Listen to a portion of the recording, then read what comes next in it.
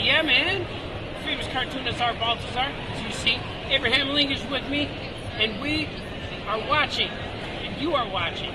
Famous cartoonists draw at night. They draw at night, by night. We're all here together, man. Buy their comics, buy my comics, shop.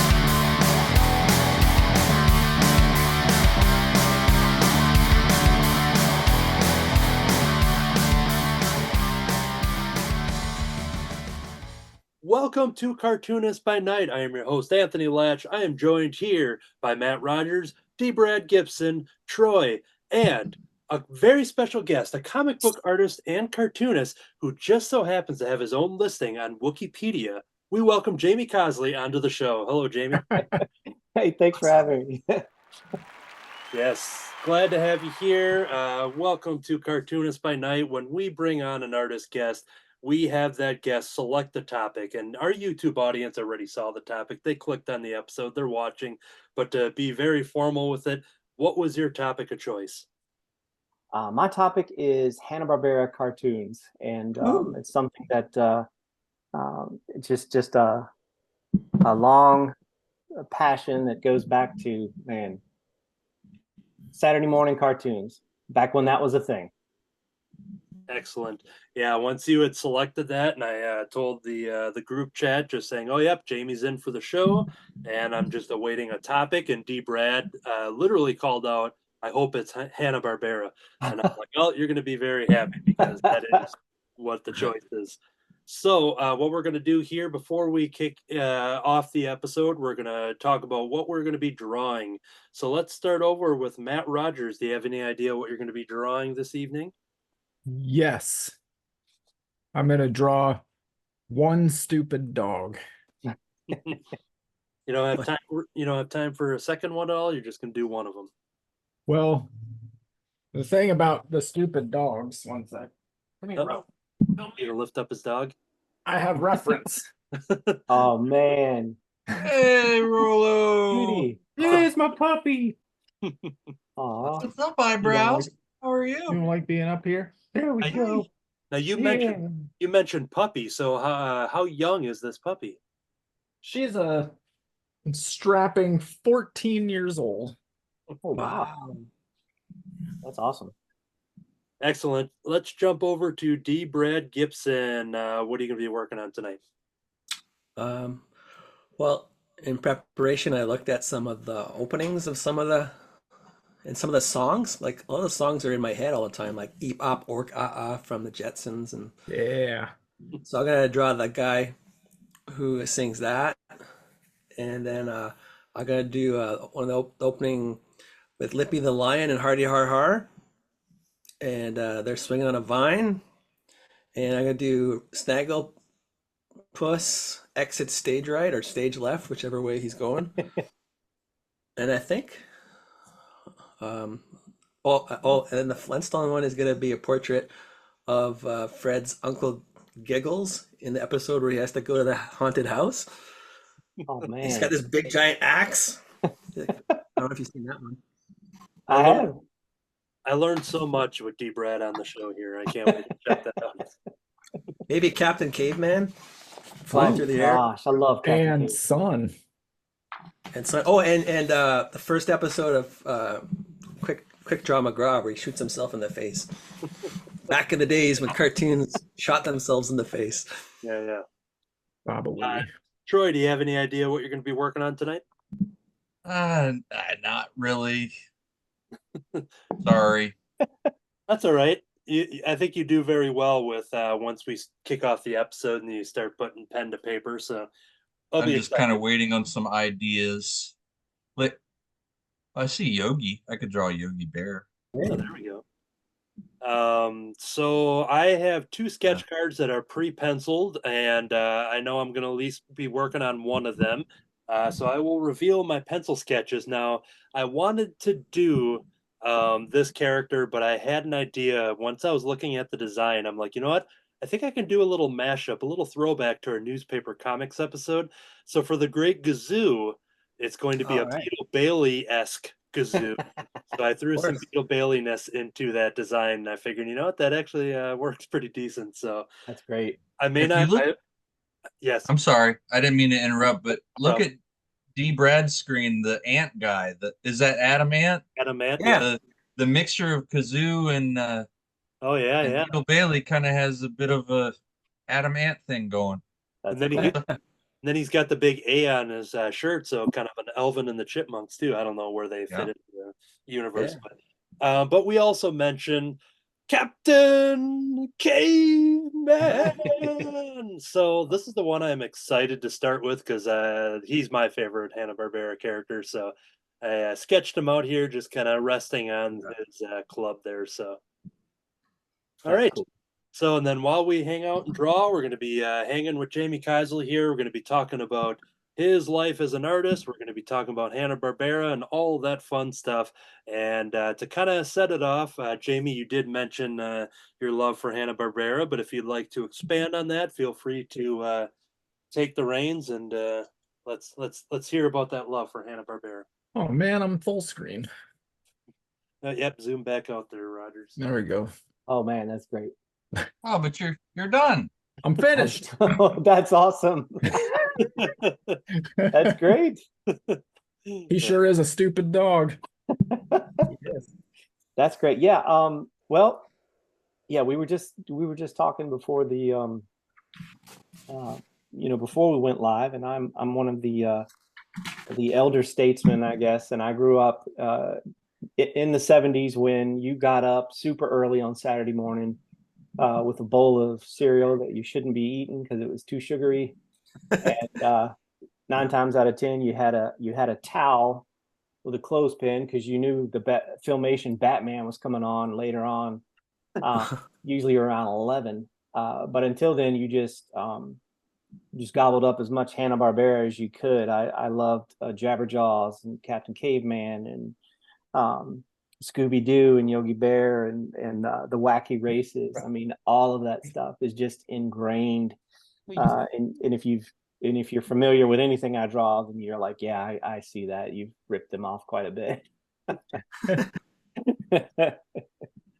Excellent. And while we're talking about favorite characters, I had mentioned Captain Caveman being my favorite character, and I was rewatching some episodes. Captain Caveman and the Teen Angels.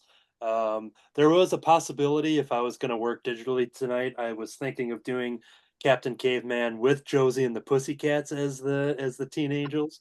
Oh, That seemed like a much bigger commitment that I might just have to do on my own time. But yeah, I was watching.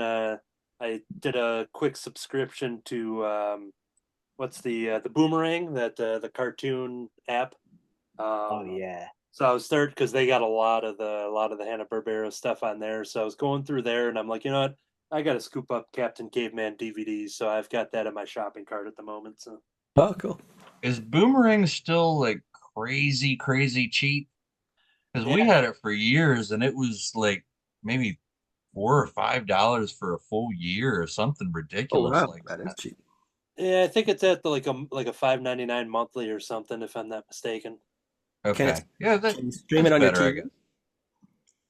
You can stream it on your TV, or is it just on your computer or phone? Yeah, On TV. I do it through Roku, so I watch it on TV.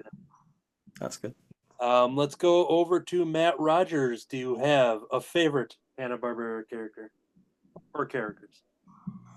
When I was a kid, I was a really big fan of the Flintstone Kids cartoon.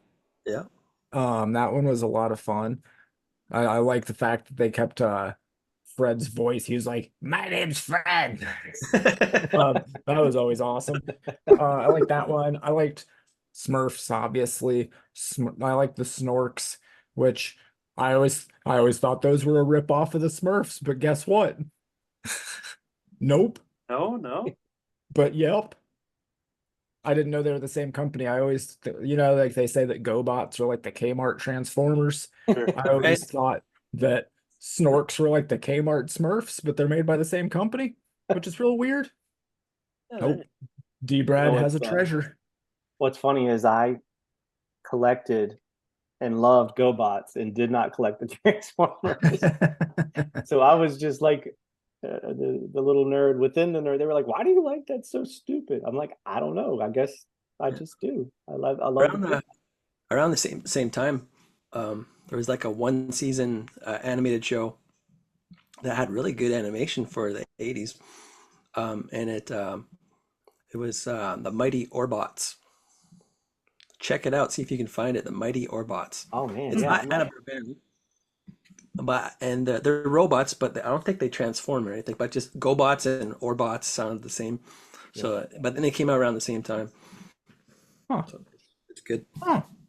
Not familiar with it. Once again, always learning something new here in Cartoonist by Night. Old D-Brad.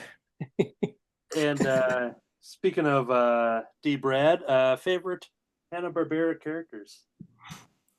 I really love the Flintstones, and I have drawings from when I was 5 years old of the Flintstones in my filing cabinet here. Oh man. Ooh. And I would copy Fred, come home from school. Mom, where's my dinner? No.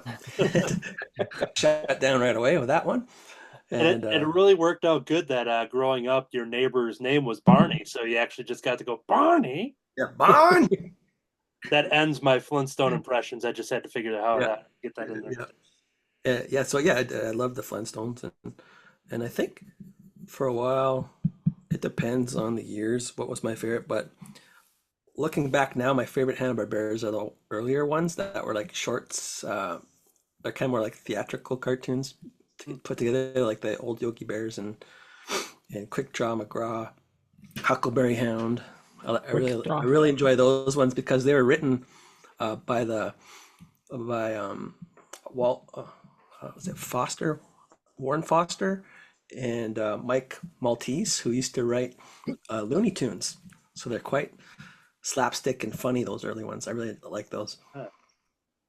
Okay. Oh, I like the Laugh Olympics when all the characters got together. Oh yeah. Yeah, that one I enjoyed. That was great. Yeah. And looking at our viewers, because I went to the Instagram stories and asked our loyal viewers who their favorite characters were. So I have actually, this might be the most responses to any question. So Jamie, you picked a great topic for Hanna-Barbera. Awesome. Jamie's the new permanent guest. He's the new permanent host. I'll be seeing myself out. Thank you, Mark. You can take over. I'm going to take a break. All right. So my brother Adam, LaatschStacks.com, he said Snagglepuss. We have Lavi, a former past guest on this show. Lavi, she said Tom and Jerry. And I did not know Tom and Jerry was Hanna-Barbera. Oh, that's great. Yeah, they created Hanna-Barbera when they worked for MGM. So that's right. And then they did do new Tom and Jerry's officially for their Hanna-Barbera studio in the early 70s as well. But it wasn't as good animation, of course. Gotcha. We have Brian Lynch, our friend from Hot Wing of Justice, also a past guest on the show. He goes, too many. He goes, Godzilla was the first one. Now, we talked about this off air, and so I'm just going to hit a pause on Brian's listing there because I'm like, okay, what don't I know here? And I just typed in Godzilla Hanna-Barbera, and I saw the Godzilla cartoon. Jamie Cosley, you shared an interesting story about Godzilla cartoon. Can you share that with us? Yeah, that was definitely one of the ones that I loved as a kid, and I remember thinking, you know, and Hanna-Barbera was famous for doing this, even if they had something that was like a you know, super cool adventure show, they wanted to also have something cute, and so I didn't know who Godzuki was. And of course, that's I'm guessing I've got this correct. That's his son, So, obviously he had a family, but he just kind of rolls in, and it was like, and Godzuki. And I remember as a kid, like, who is Godzuki? And the theme song. Remember the theme song? Godzilla, Godzilla, Godzilla, and Yeah, Godzuki.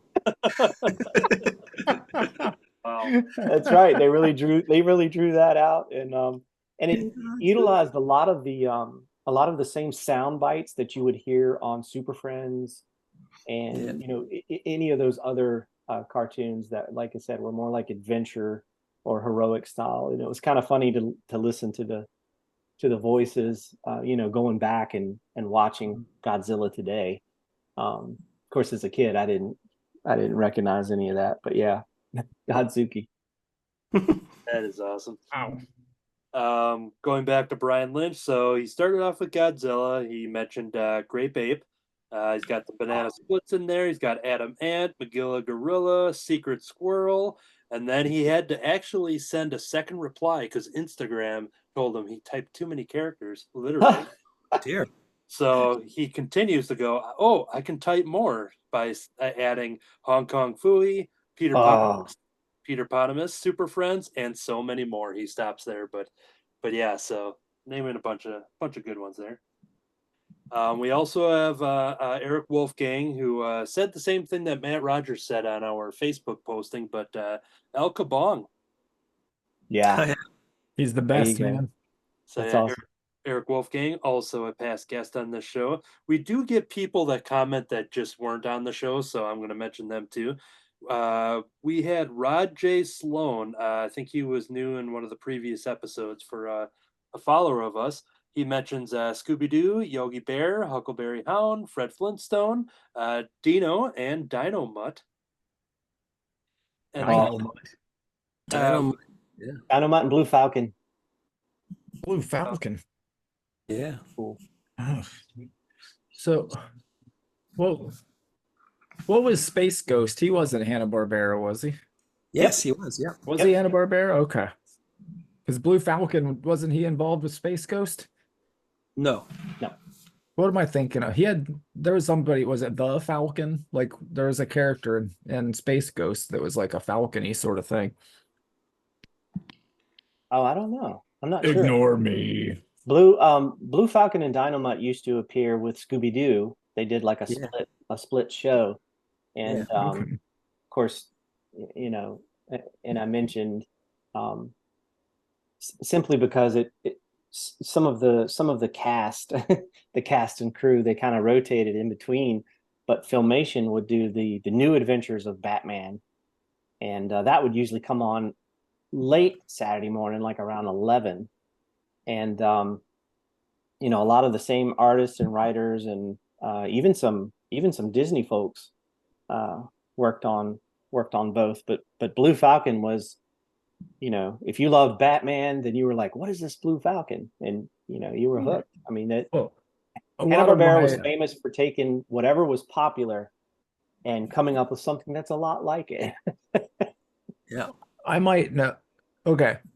Think Adult Swim, like 20 years ago. Birdman. You're thinking of Birdman? Yes, that's it.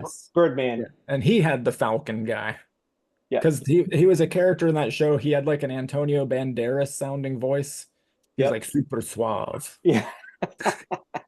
Yeah, you're right. That's it. That's Birdman. You're right. There we go. I knew I would get there. I think it was always funny that when he'd fly through the air, he would yell out his name. Birdman! Please remember me. Back in my day, Birdman was Michael Keaton. I don't know who this other guy is. But... That was Batman, though. That too. You want to get nuts? Now, the next one here, I am not a Spanish speaker, but we have the Cortez G94 on Instagram, and I had to do a translation. Let's see if it pops up on the screen for anyone who's maybe it's too bright or something. But it translates to Dick Dastardly. Oh yeah. Oh, nice. When Penelope pit stop. Yep. But yeah, I had to But- translate that because I'm like, I'm not familiar with this character here, and then I'm like, oh, okay, this is in another language. So Yeah. No, Yeah. Which one was the cartoon with the dune buggy that could talk, but he always sounded like a bad engine? Speed buggy. Yes. Yeah. With the Shaggy ripoff. Yeah. Yeah. And then there was a little known Scooby ripoff called Goober and the Ghost Chasers. Oh yeah. Yeah. There's a Okay. lot of Scooby ripoffs. Yeah, because they kept saying they don't know why Scooby is so popular, but they're going to keep making them, and of course, they still do.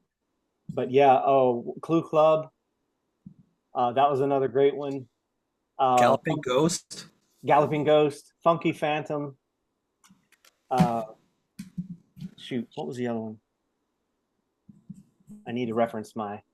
There's one that it wasn't officially Hanna-Barbera, but it was by Ruby Spears, who used to work for Hanna-Barbera, and they created Scooby-Doo. And they even used animation in the opening credits from Scooby-Doo, but put their own characters in it, called Fang Face. Oh yeah, I love Fang Face. I love that cartoon. Bang face. Oh man, I haven't thought about that in forever. Yeah. I haven't thought about that ever. I've never heard of that. Oh, you got to see Fang Face, man. It's awesome. I think future Anthony will throw a picture of Fang Face up on the screen Yeah, here for Fang our Face. viewers in post production. But and speaking of people that haven't commented on our show before, I got very excited when I saw this one here. Kimber Grobman goes Kimberland Art on Instagram. And I was excited to see that she submitted an answer, and she said Scooby Doo. But yeah, I was just like, whoa, this is somebody who is I need to reach out to get onto Cartoonist by Night, and I didn't know they were following us, and Oh yeah. so that was cool to see Awesome. that. So yeah, that was a big round of replies there, all referring to favorite characters of Hanna-Barbera.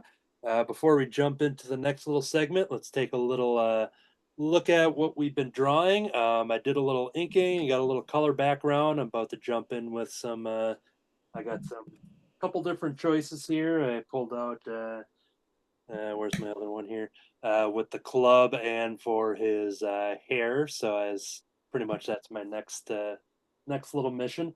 I wanted to try something a little different, especially with Captain Caveman. Instead of erasing my pencils, I just wanted to kind of keep all of those original pencils in there and kind of just try to keep it a little sloppy and scribbly and try to mess it up a little bit. So I'm going to see if that turns out or not. We'll find out later.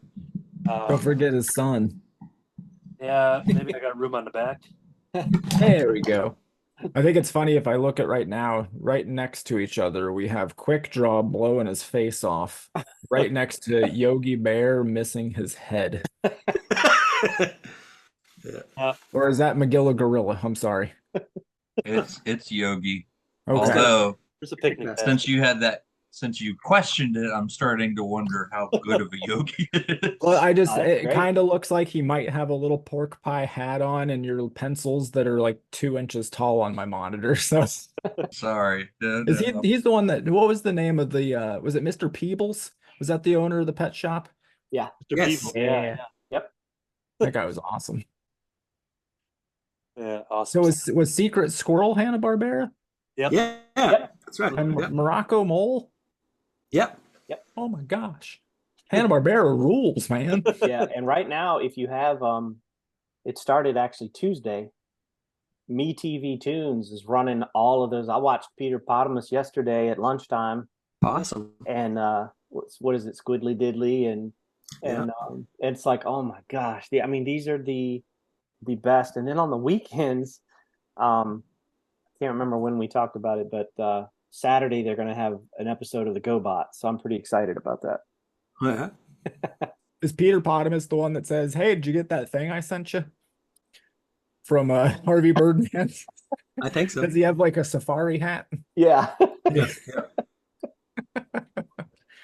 And That's his monkey friend was So-So. So-So. So-So. That's great. Why don't they make cartoons like that anymore? I don't know. I wish they did. Yeah, they. Everybody go to school for animation, and we'll do this thing. Yeah, that looks like Yogi Bear now. You're good.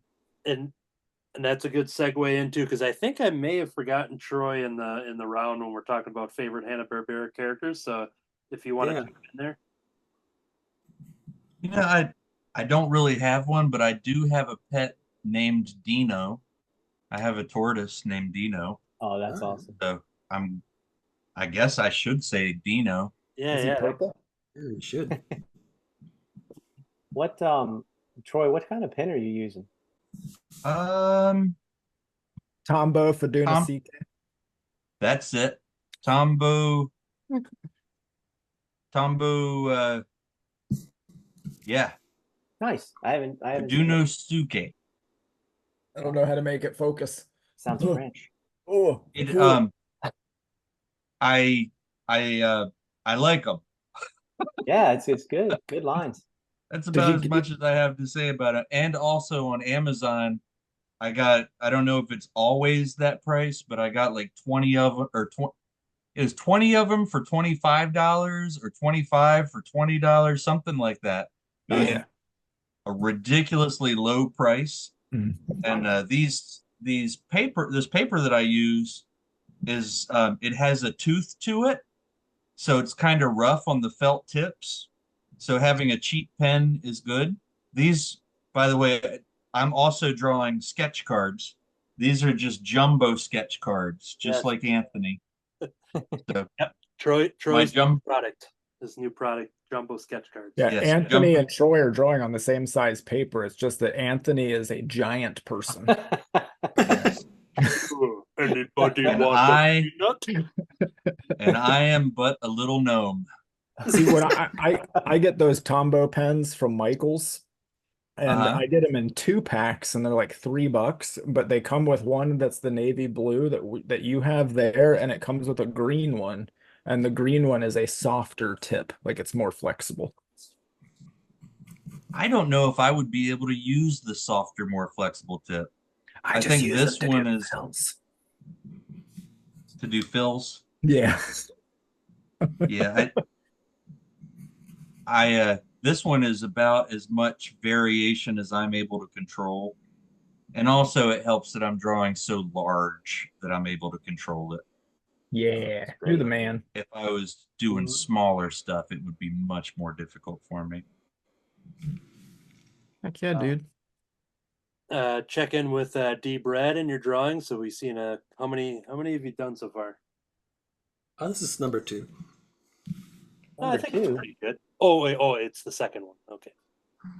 Oh, nice. I see Don't what try you this did at there. home, kids. Got it. We'll try that at home. Okay, so now that we and then Roger's there with your dog, and Yeah, I recolored him to match my dog.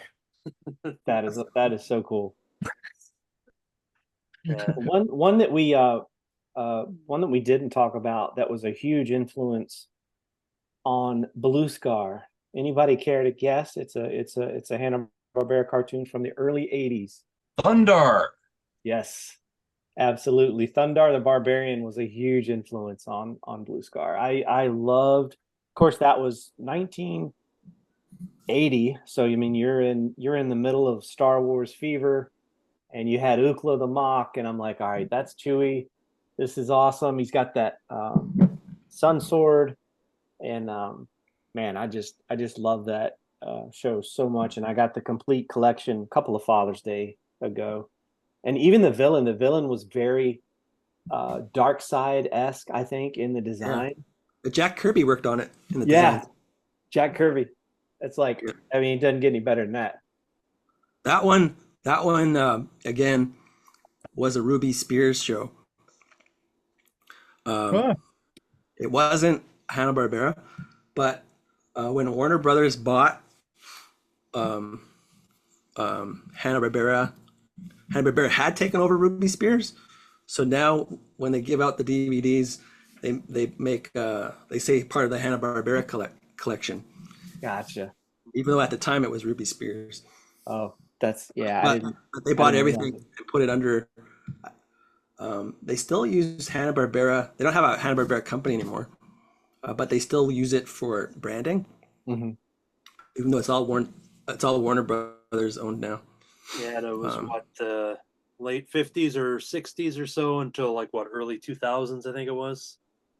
That Yeah, happened. 2001 or something like that when one of them died. What? Hannah or Barbera? I think it was Hannah. Yeah. Well, they're both gone now. Yeah, they're both gone But now. yeah, uh, he was the first. That was super sad. Hannah did the stories and the pre-production. That's what he was in charge of, and Barbera was in charge of the animation. And Huh. didn't Bill write like the Flintstones meet the Flintstones? Didn't he write that? Yeah, the lyrics. Yeah. Yeah, with Hoyt Curtin, who did a lot of the music. Yeah, because I got this really cool DVD. It was like the best of Hanna-Barbera, and it has a behind the scenes, and it's black and white, so it was in the 60s. They do a tour of the studio, and I was just like, oh my gosh, it was a young I'm going to say his name wrong. I apologize. Iowa Takamoto. Yeah. He's Yeah, amazing. and everybody was like wearing their ties and they're just dressed to the nines, not like me with my Mickey Mouse shirt. Yeah. Hey, in this circle, you dressed up for this episode. So. So speaking of theme songs, I have some random trivia that it's not related to Hanna-Barbera at all that I just learned. Okay. So I found out original series Star Trek, they made the theme song, and then Gene Roddenberry went in and wrote lyrics for it that were never recorded just so that he could get co-writer credit and get paid Yeah. more. Hmm. Oh, Yeah. that's brilliant. That was quite common. He wasn't the only one that did that. Yeah, that was a that was a good way to make money. It's like a That's George brilliant. Lucas toy right kind of move, huh? Like a Hmm. merchandising rights. Now, Jamie had mentioned Blue Scar, so we're going to jump into and transition into that part of the show, talking about your creation here. We have this, so if you want to let our audience know how this came to be. Oh man, thank you so much. Yeah, Blue Scar got started in 2020. My son and I, we it kind of has a little bit of a sad start, but I had a couple of close friends that that passed, and I was like, and one of them at the time was working on this series. He had only gotten 2 issues done, and his pinup is actually in the book. Eric Merced. He's just At the end. he's just a fantastic human being, and he just did so much to help me out. And I told Tyler, I said, let's just go for it. Let's do it as there it is. Yeah. That's And awesome. it was so cool because Eric drew that scar on Crimson, and of course at that time we only had bits and pieces of the story, and so the big reveal at the end, for those of you that read it, that kind of came later. We had a couple of different ideas that we were working on, so it's kind of neat that he did that to show some connection. But I told Tyler, I said, let's just do take Hagar the Horrible, He-Man, and the Masters of the Universe, and let's do a fun book. And we printed 75 copies of issue 1. And I was really, really shocked when we sold out really quickly. And I spent years tweaking that design and borrowing just the right items. If you take, Hagar the Horrible, and there's a comic strip, a Brazilian comic strip called Mafalda. And Yeah, I just familiar. love the shapes of those characters. I mean, What's it called? it's called Mafalda, Mafalda. If I could in a minute, I'll excuse myself and I'll run get it so you guys can see it. It is just beautiful cartooning. And so I'm like, all right, I'm going to take everything that I love. I'm going to throw it into a blender and I'm going to come up with something fun. And it's funny because on the second page, I believe it is, I told Tyler, I said, yeah, that's that second page, that first panel with Gundam holding that box. I told Tyler, I said, that box is significant. And he said, why? I said, I don't know. You got to figure that out. Oh, nice. I said, something is in that box. And Tyler just did a fantastic job of putting that all together. And so we did that one and we sold out the 75 copies, and then we reprinted and we sold those. I think we did like 50 and we sold those. And I said, well, let's just do number 2. But really book 3 is when things really started to come together. And I spent, book 3 was like 40 pages and it took me forever. It took my brother forever to color it because he was working at the time. I think he was still at Raven Software. He worked on the Call of Duty video games. Oh, yeah. So I think he was doing that. And we just, I don't know. Now I just can't stop thinking about it. Like we've got issue 5 is mapped out, and I just keep thinking of sequences, and the goal is to try to get something that's as good as like Stan Sakai's Usagi Yojimbo or Gru the Wanderer or Samurai Jack. I don't know. A friend of mine told me, he said, sometimes you pick the characters, but sometimes the characters pick you. And that's how I have that strong of a connection with these guys, and just keep drawing and thinking about them. So we've got at least a dozen that we've mapped out. Oh, wow. Yeah. That's Very awesome. cool. And if people were looking to get the first 4, they can get them in this nice fancy paperback. You want to let the people know, if you still have them available, the information? Yes, we definitely do. Thank you. You can contact me through my website, jamiecosley.com. They are $25 delivered in the US. As D. Brad knows, that it's a little bit more if you're going to Canada. And you get a sketch, whatever character you would like. You get a personalized sketch, and we have, I think we have about 45 left. And then, once we sell out, we're going to probably do another version, but it'll be different. It'll be different cover, different. And then what I noticed is that it was drawn by somebody else, one section. Yes. Thank you. That is my my favorite cartoonist. Right up there with art is a guy named Levi Krause, and he is just a fantastic human being and just a great cartoonist. You need to seek him out. He did a book called Levi's World, and it's just fantastic. It's in the vein of Sergio Aragonés. It's just wacky, and he said. He was like, I really like this Blue Scar. Can I do a story? And I'm like, well, yeah. What do you want to do? And he sends us this 4-pager that we just fell in love with. And he created a villain. And this villain, she may appear in a future issue. But yeah, Levi is just, I love him to death. If you've ever watched my YouTube channel, when I draw, there's a sticker. And it's always in the bottom right, and that's Levi. Oh, okay. So definitely look him up. Krause. You'll love his stuff. If you love art and my stuff, you'll love Levi. All right. I'm a big Sergio Aragonés fan. It's hard to see but right back there is a old Mighty Magnor poster. Oh. And then off this way is some more Sergio Aragonés stuff.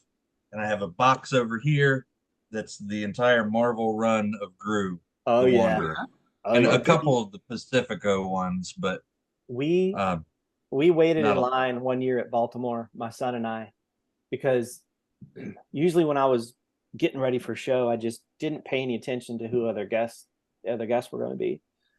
And I stood in line and waited to meet Sergio with Tyler. And I said, sir, I said, I have a stack of brews at home. I apologize. I didn't know you were going to be here. I just had to meet you. And Tyler was little at the time. Tyler's probably 6 or 7, and he's 23 now. So I mean, he looked at him and he said, I'm gonna give you a magnet. And we got this Brew Brew the Wanderer magnet that I still have on my fridge. Awesome. That's one of those where I've been fortunate enough to meet my heroes, and they were just so cool. That's that awesome. that is neat, and I bet that experience for Tyler is very similar to when my son met Baltazar. Just Yeah. a very, very warm fan creator interaction made him feel like he was I'm part of this universe. I'm part of this thing. Yeah. It's very cool. Oh yeah. Glad to hear. And while we're talking about comic books, if you can't get enough of Blue Scar the Barbarian, maybe you can dip into some of the other catalog throughout the years. I was curious what Jamie's reactions were going to be for everything that's underneath this pile, but we got Eagle All Star here. So yeah, that's one teaming up with Art and Franco. Any kind of things to share about this one at all?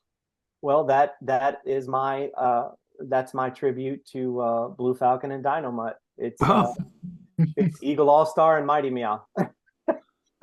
Oh yeah. Look at that.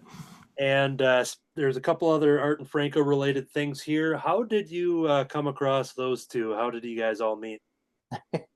I first met Art in the '90s, and I think it was early '90s. And it had to be Pittsburgh. And I happened to walk by and I saw all the Crybaby stuff. And he made his own toys, and they were just fantastic. And I automatically loved his style, and then we just really clicked. And he is, he's one of the best friends I've ever had. And we just immediately started, back in those days, you would send your mini comics in the mail. And you didn't have anything online at the time. And so I was like, well, hey, will you come to Virginia and hang out with me? And he did, and he brought Franco, and that was how I met Franco. But the story is, I was living in my old neighborhood. This was before Tyler was born, and they ended up getting there really, really late at night, and they said, hey, we're gonna show up around this time. And so I think it was like 11 o'clock, maybe even 11:30. And so I go out on my front porch, and the road used to kind of wrap around like an L shape. And they both had their heads out the window, and they were going, Jamie. And I'm like, oh my gosh, you're going to get shot. Because there's a lot of good old boys and hunters in that neighborhood. And if they hear that noise, but they were just hilarious. And we ended up spending the weekend just hanging out. It wasn't a show. It was just hanging out. We go to toy stores. We draw. I think that's when we, that may have been when I first introduced them to Eagle All Star. And so yeah, knowing them for 30 years now, I guess.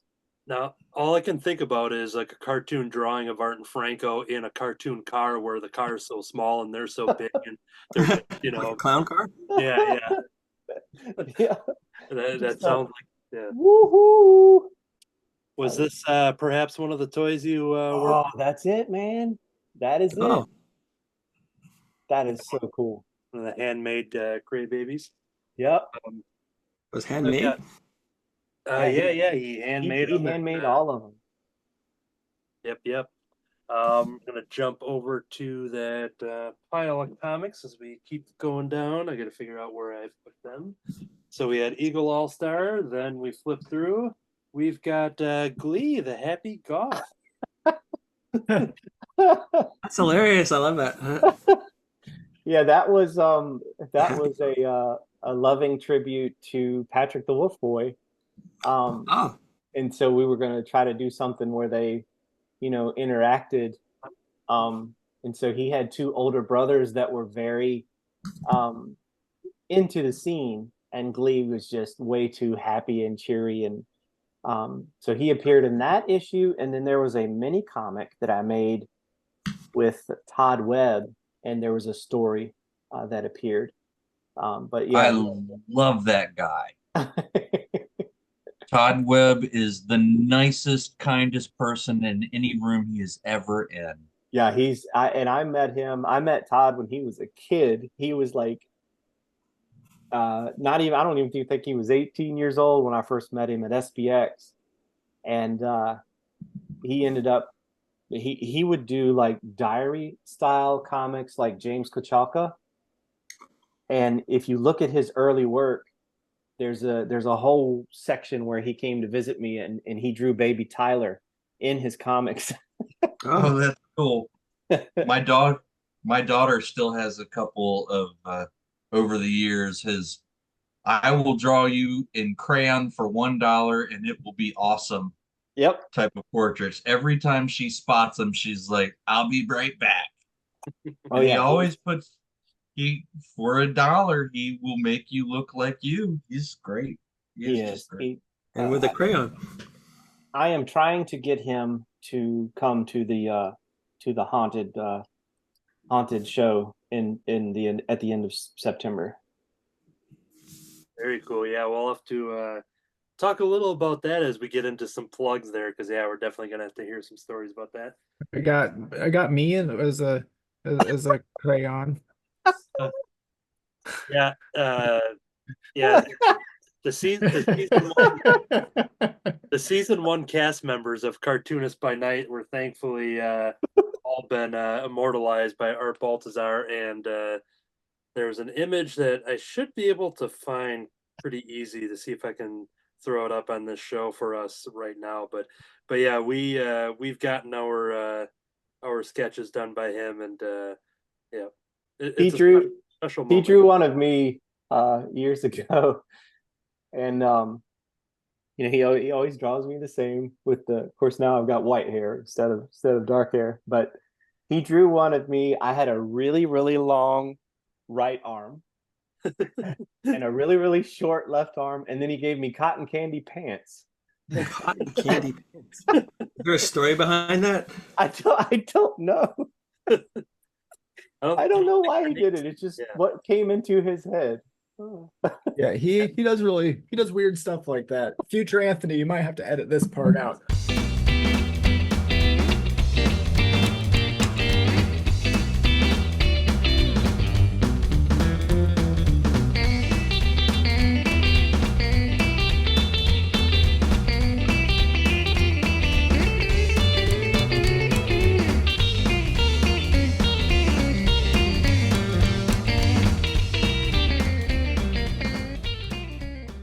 All right, next up here is Jack and Jack. Any story behind this one here? I'm trying to remember how we came up with Jack and Jack. I honestly can't remember. I know that a lot of times Franco, he would say, "Well, what are you working on? What have you got? Show me sketches." And I'd have all these characters, and usually I wouldn't have any story. And we did some short comics on Jack and Jack. I always loved that cover. I always thought that was a really cool cover. But I can't remember. Y'all are gonna have to ask. We're gonna have to ask Franco. Don't remember. This one I wanted to save at the end of the pile because it's not fun. We have Nippy Wallaboosh. Can you talk about Nippy Wallaboosh with us? Yeah, Nippy Wallaboosh. That's all me. I Was my high school girlfriend's nickname. they said, what do you got? What do you and I showed them this picture. I said, this guy is a poet, and he thinks that he is the guardian of this neighborhood. And so he carries a rake around, and he defends the neighbors, and he doesn't speak English, but he writes this beautiful poetry. Each chapter was broken up with a different poem. And so see that on that inside cover there, that Art Balthazar Nippy. He was at my house when he drew that, and we put that in there. But they liked the character so much, we wrote it that weekend, and there's if you want to read one of the poems, that's me. Okay, so we have Angry Old Kitten. Over the river and through the woods, right next to who knows where, there's a chubby little grub with a mustache and a mug, reclining in a chubby grub chair. And right next door, there's a polar bear store owned by an angry old kitten who wrote the grub a poem once she got to know him, but now she don't remember what she's written. So there's a whole lot of weird poems in there, and they're actually out there. I don't even have them anymore, but there were 2 follow-up issues of Nippy Wallaboosh. They were done in mini comic form, and more poem. I remember that the only poem I remember was there was one called Tiny Violent Bum Eruptions. Did you say bum eruptions? Bum eruptions, yeah. So you can guess what it was about. Nice. And I don't even and Glee the Happy Goth appears in the 3rd issue, but he gets stepped on by a dinosaur and he becomes Glee 2099.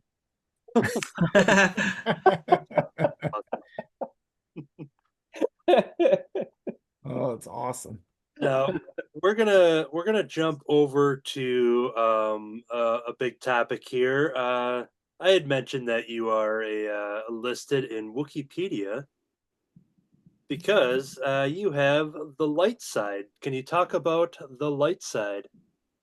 Yes, that is that's definitely my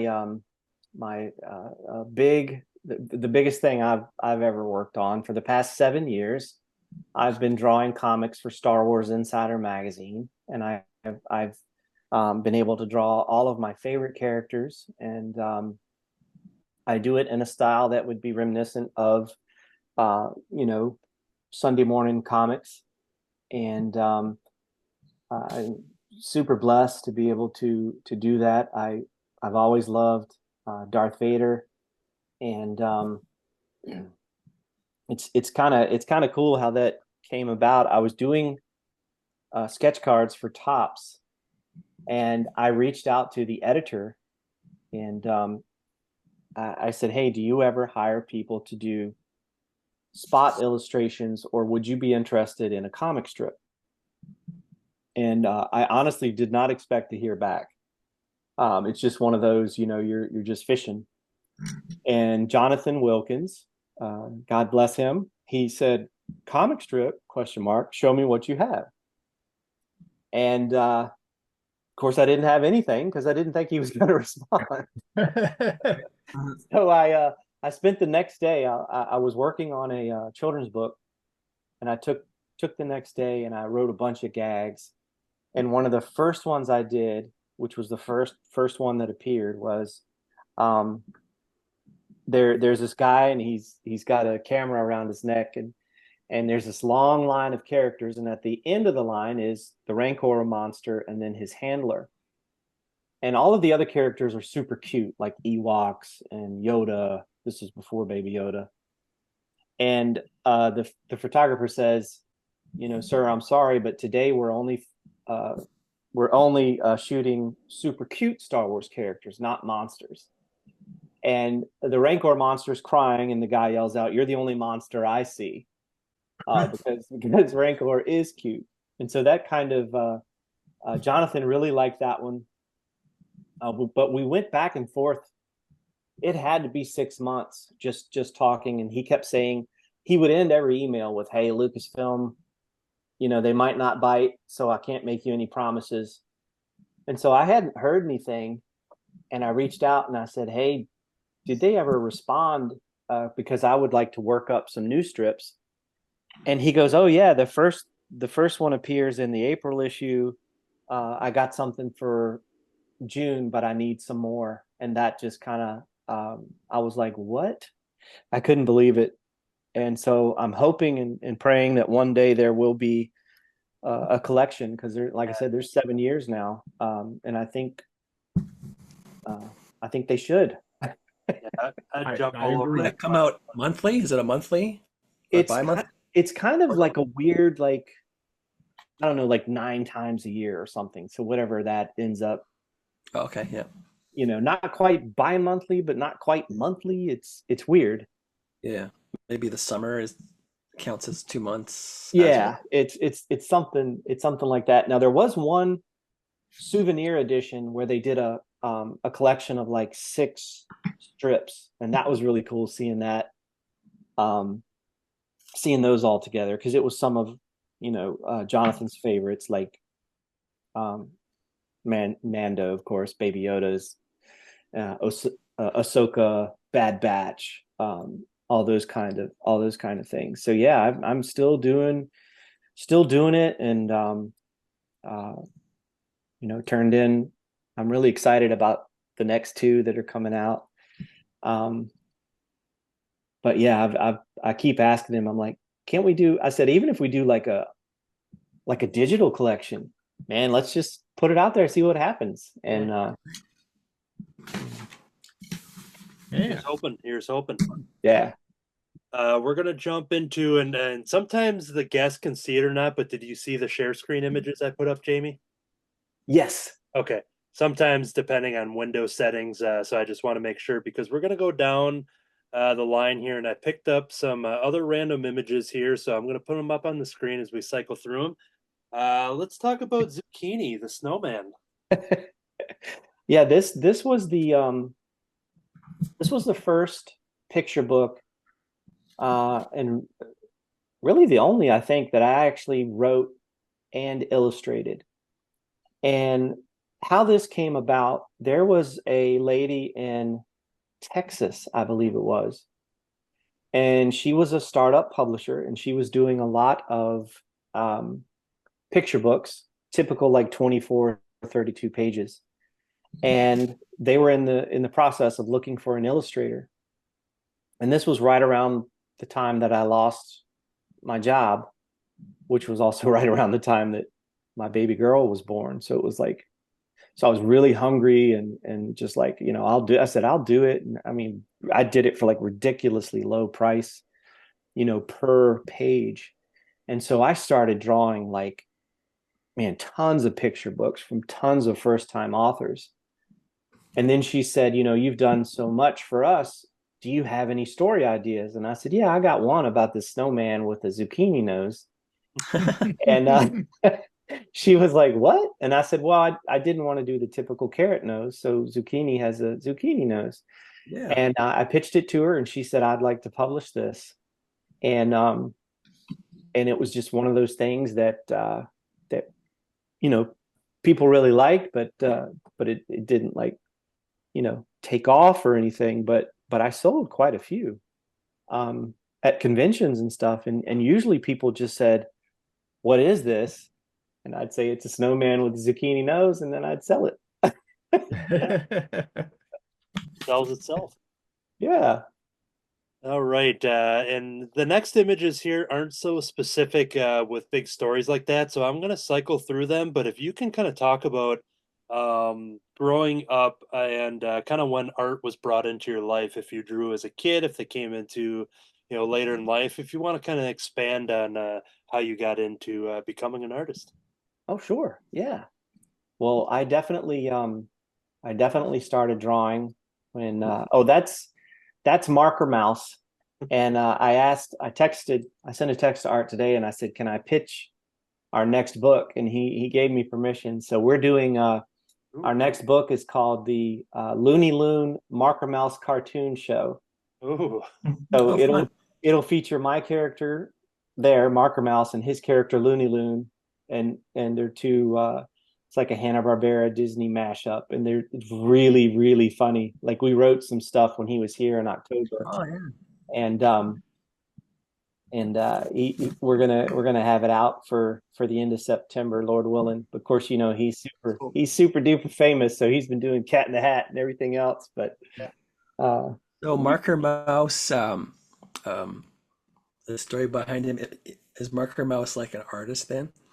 I assume. yeah, I've always wanted to when I do the Star Wars workshops at comic conventions, I make it really really super easy for little kids to draw. Like we start with, like if for instance Baby Yoda, I'm like, just draw a lampshade or a trapezoid, Right. and then a half circle, and it's inspired by the Ed Emberley books.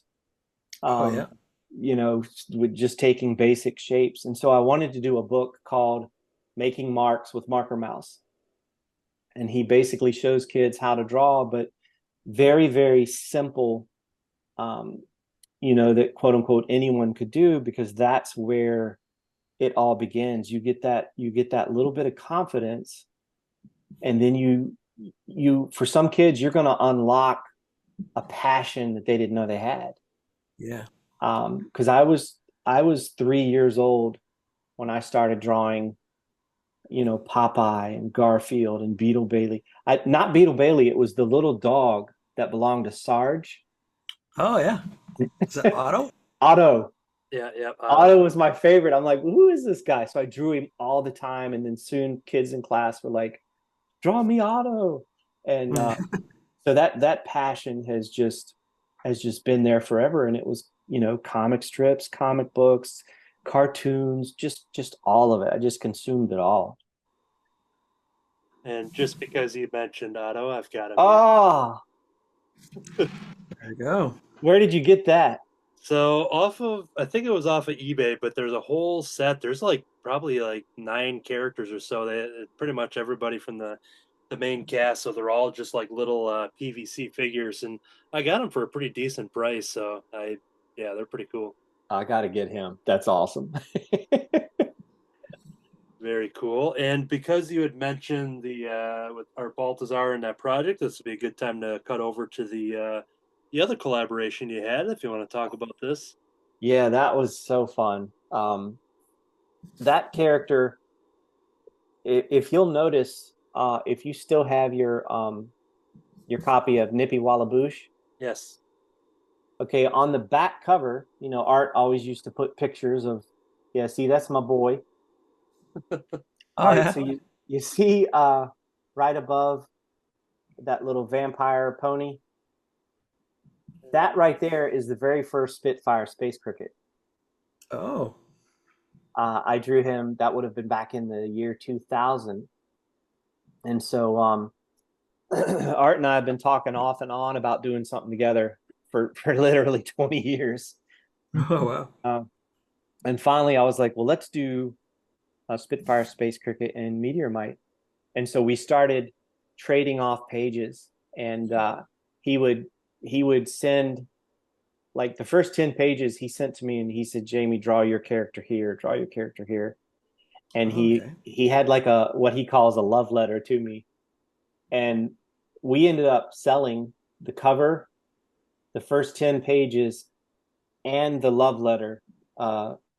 He sold it at C2E2 this year. All of that belongs to Dan. And I'm just like, I was just tickled because that was like probably one of the biggest paydays of my career. Excellent. So That's Very awesome. cool.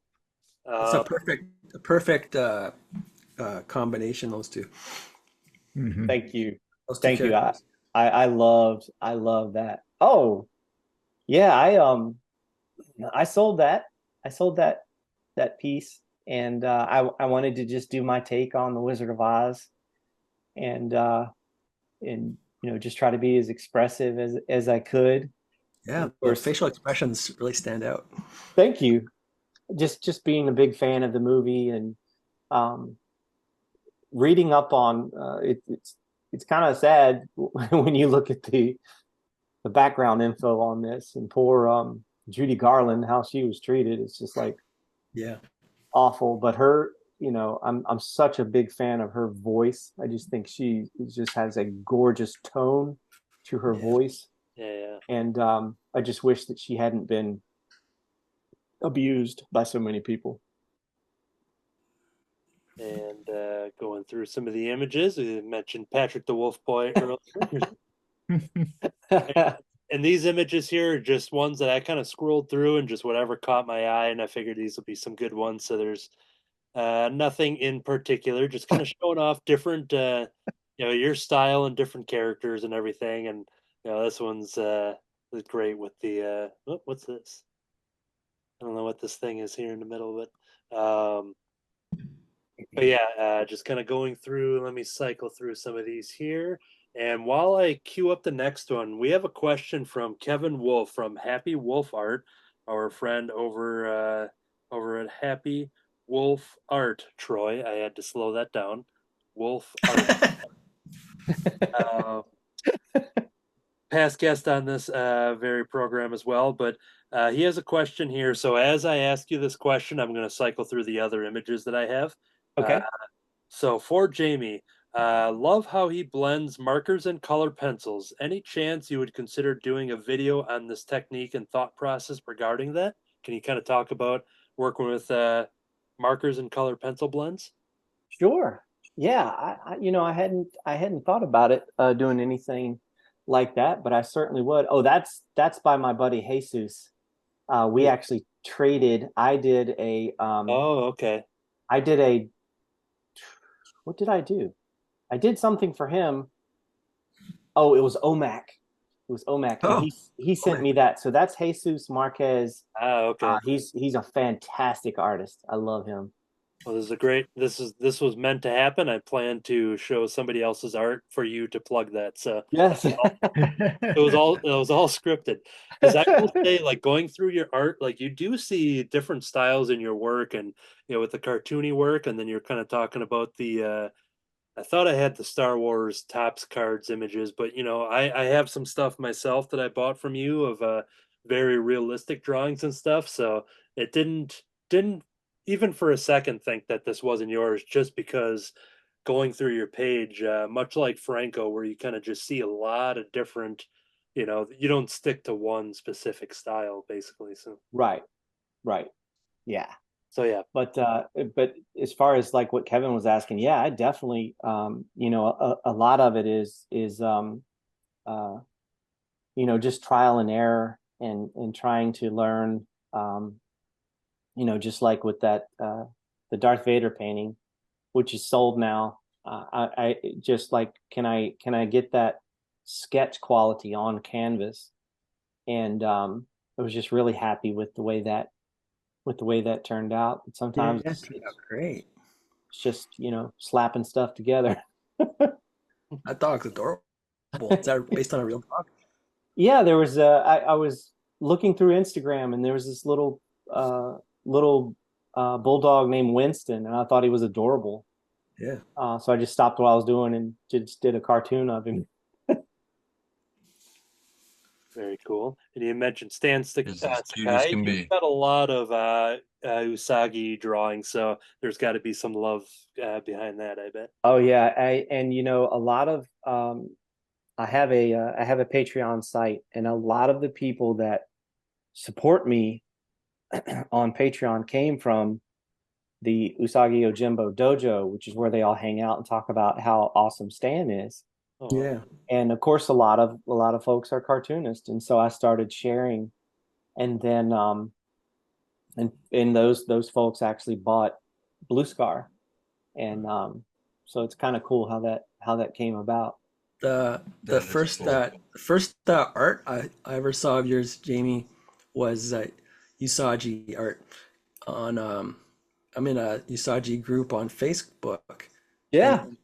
And that your art's always popping up on there. Oh, thanks, man. Yeah, Yeah. that's cool. That's cool. That yeah, I just Stan's another one that I was able to meet, and my son Tyler had a book called Ninja Squirrel when he was 11 years old, Oh yeah.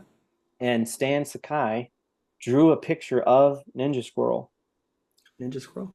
and gave it to Tyler, and Wow. and if he's, I'm gonna text him and see if he's here. Maybe he can come on and show you. But yeah, I told him, I said, if you do Stan this book, Sakai's at your house? Stan Sakai's at your house right no, now? Tyler. Oh, okay. I wanted to make sure. Yeah. Hey, that's fun. Yeah, I told Stan, I said, I'll be there in a minute, buddy. I got something going on. I was gonna say, no offense, man, but can we get Stan over here? Go on, go There he is. on. The Kevin Wolf continues, and we're talking about Art Baltazar. We're talking about Hanna-Barbera. So he has a very specific question here. If Jamie was a Hanna-Barbera character, who would it be and why? Oh gosh. Who would it be and why? Well, Yeah. I'd like to think I was Thundar, but I'm not. I'm probably closer to Shaggy. Yeah. Just growing up, I was always very, very tall and skinny. Not so skinny anymore, but I used to be really skinny and eating all the time. And so probably Shaggy. Rodgers knows something about that. Oh yeah. Rodgers eats about 20,000 calories a day and still as thin as a rail. Oh, It's man. only 6,000. He's my hero. And I also walk for my day job. That's true. and Kevin Wolf has a follow-up question to that to Jamie once again. Who would Art Baltazar be if he was a Hanna-Barbera character? Who would Art be? Oh my gosh. Let me see. Maybe Captain Caveman. So I like that question. Anthony, who would you be? Who would I be? I would probably just be one of the random dinosaurs that's like a house appliance in the Flintstones, just Oh yeah. it's a living. It's a living. Gotcha. Go to work, play my part, just go through a routine, and That's Right. hilarious. did you want to Matt go? and Brad, do you have? I like this question. I'm Barney. I'm definitely Barney. There we Barney go. Rubble. Oh, Rubble. I was gonna say, you do look like a big purple dinosaur. Barney Rubble's a good guy, though. He's a great guy. Yeah. He's a sucker for punishment, and he doesn't know when to stop putting up with stuff. So I'm definitely Barney. And because we've seen your feet on this show a couple times in the early episodes, so you're barefoot. So Three toes. Yeah, I have large toes. Yep. Matt Rodgers. Apparently, they're on a couple different websites. Oh gosh. You got a great rating though, so you got to be proud of that. So Yeah. Matt Rodgers, what Hanna-Barbera character would you be? If we're going by namesake, do you guys know Shaggy's real name? Norval. Norville. Yeah. His last name? Rogers. Rodgers. You got it. Yep. So that would probably be me. Also, if you knew me in high school, it's definitely me. Oh yeah. I was constantly sneaking off and then coming back looking for snacks. With your dog. Or a lot of green and brown, didn't you? Well, yeah. Kind of maybe from time to time hallucinating, thinking the dog was talking to you and such I like that. mean, sometimes you have a special connection with your pets, Yeah. I think I like Shaggy as an answer, or the rip off of Shaggy that's with that talking go-kart. What's his name? I don't know his name. Speed Buggy and Yeah, he's just Shaggy with a helmet on. Mm-hmm. No clue, man. I can't remember. Yeah, I could picture him. So Yeah, Can't Good even answer. picture. like every My character. They even had there was even a Scooby-Doo ripoff in that cartoon, wasn't there? There was a dog that talked. is that the I don't the remember. villain dog? I might be thinking of Astro. Astro is a Scooby-Doo ripoff. I gotta Or- figure What's the out. villain? Before Scooby-Doo. Do you remember The when villain Astro got dog that sick at does Christmas the time? Go ahead. What's the villain dog that does the laugh? Oh, that's Dick Dastardly dog, Muttley. Butley. Is that Hanna-Barbera? Yeah, Yep. with That Penelope would be my Pitstop. mother-in-law. My mother-in-law is Dick Dastardly's dog. So Rocky and Bullwinkle was not Hanna-Barbera, right? Right. Okay, so that means that Mountie character, what was his name? He's not Hanna-Barbera. They do right. Dudley.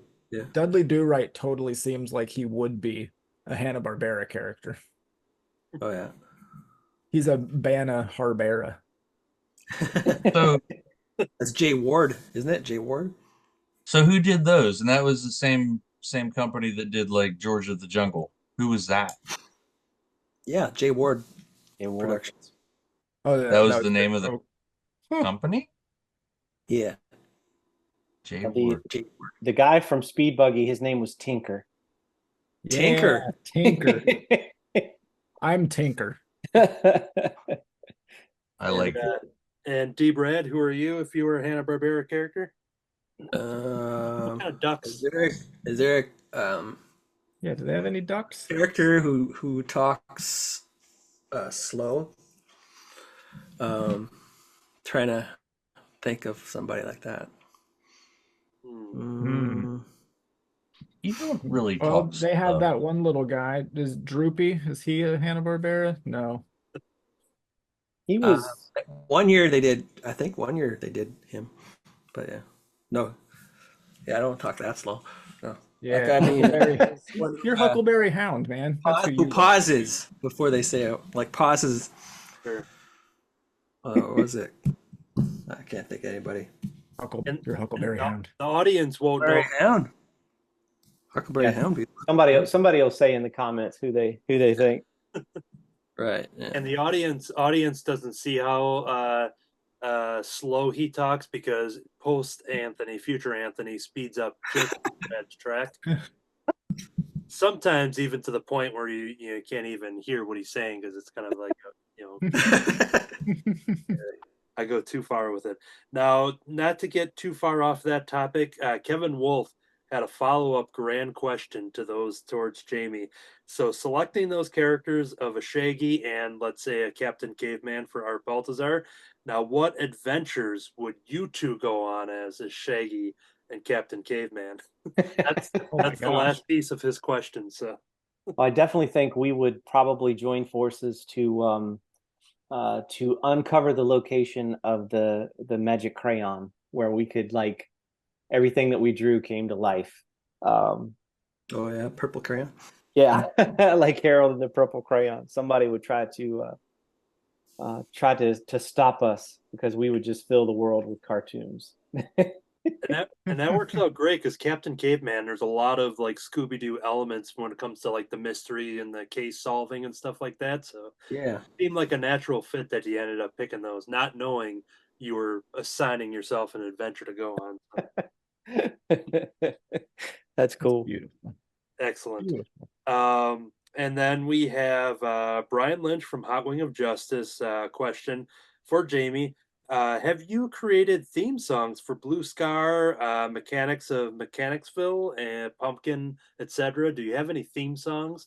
Like how Art Baltazar has, a theme song for a lot of his characters and stuff like that. Have you done Yeah, any? there is a theme song for Zucchini the Snowman. Oh, yeah. When we were writing Blue Scar, I used to sing Blue Scar to the tune of Brave Star, which was a Filmation cartoon in '87, Yeah. and borrowed heavily because it was Brave Star, da, da. And so I was running around going, Blue Scar, la, la, la, la. And Tyler's like, you ripped that off. I said, I know, yeah, I did. There's How dare you. Cosley Cartoons. Yeah. Yes. You Yeah, can't that- get away with anything with your own kids. Nobody can. It's like they're heat-seeking missiles for uncomfortable truths. Just No, all of them. they know.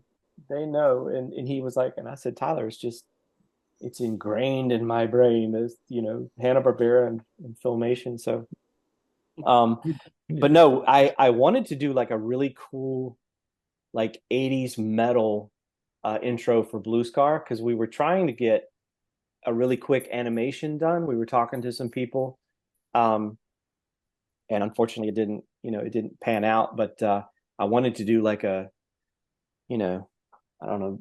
Do you remember that? Do you remember that? It's the final countdown. Yeah. I wanted to do something like that for Blue Scar with the guitar, the Yeah. guitar with the keyboard. Guitar, yeah, right. Very I love nice. Let's check in with some drawings. D. Brad Gibson, can you kind of cycle through the ones that you've been doing? Okay, I'm working on Lippy the Lion and Hardy Har Har, swinging through the vine. Oh, nice. Lippy the Lion and Hardy Har Har. A lot of Hardy Har Hanna-Barbera Har cartoons was- I saw, because they were so short, like a local TV shows. You probably had like a local kids show with like it might be like some guy with a puppet or whatever. Well, we had a guy named Uncle Bob, and he had a ventriloquist dummy, and so they would show Hanna-Barbera cartoons. That's how I saw a lot of them. And Lippy the Lion.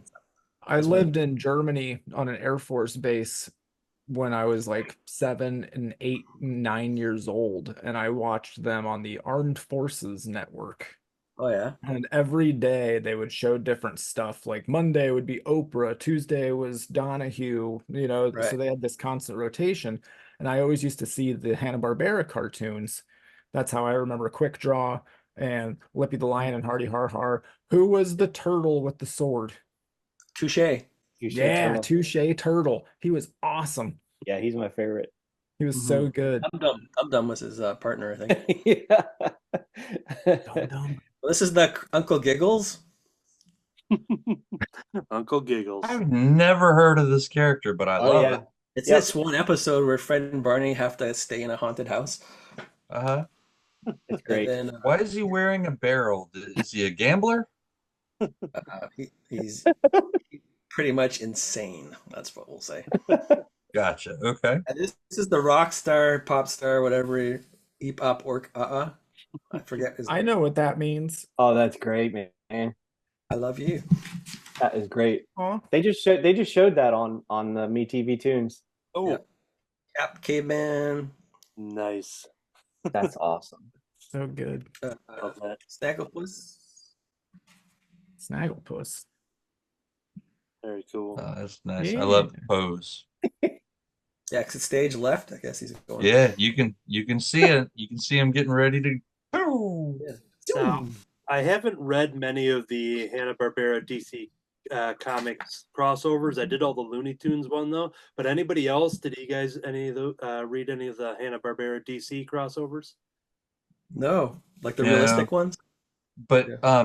Matt Yeah. Fife one time had mentioned that I think it was Batman and Scooby-Doo Adventures or Batman and Scooby-Doo Mysteries or Yeah, those are something to good. that effect. Yeah. Yeah, he said it was the best comic book that DC was putting out at one Yeah. point. Yeah, I read we did 12 of them on the Crimson Cowl Comic Club, and yeah, they were so fun, and it just Was it this or is it different? Yeah. That's So awesome. Scooby-Doo Team Up. That looks Might be- fun. Is that a Craig Rousseau cover? No, No. Sholly Fish Shall I fish? Didn't and they Dario. used to Zoella. wasn't Batman on the Scooby-Doo cartoon back in the day too? Oh yeah. Yeah. With Yeah. New Robin? Scooby Doo movies. Yeah, Yeah. They did a movie that had like the Brave and the Bold Batman with Scooby-Doo and the gang. Yeah. And that was good. I like the Brave and the Bold Batman quite a That's bit. really good. I bet Yeah. Frank Welker did like 50 voices on it. Yeah. Yeah, did he? Good. And the Blue Falcon Scooby-Doo is awesome. Yeah. Yeah. Awesome. Yeah. Troy, do you want to show us that Yogi Bear? And were you doing a second Yogi? I didn't like the first one, and so I kind of redid Yogi with a little bit of Flies. hobo That's awesome. Yogi element there. So Hobie Bear. Hobie Yogi the bear. That's great. I don't know man. why. It just seemed That works. comical to me to have him, with flies and whiskers. That's great. I like it. Really Roger, good. you are zoomed in. Are you working on something behind the scenes that you can't show? Yeah, I Okay. switched over. I finished my drawing. You guys will see it in post. But now Oh. I'm staring at a deadline, man. It sucks. Yeah, I figured so, and I just wanted to double check in case you forgot that you were zoomed in, but I assumed you were working I behind can the scenes. I can give you a preview. You ready? Oh, we're ready. Oh, wow. Whoa! Man,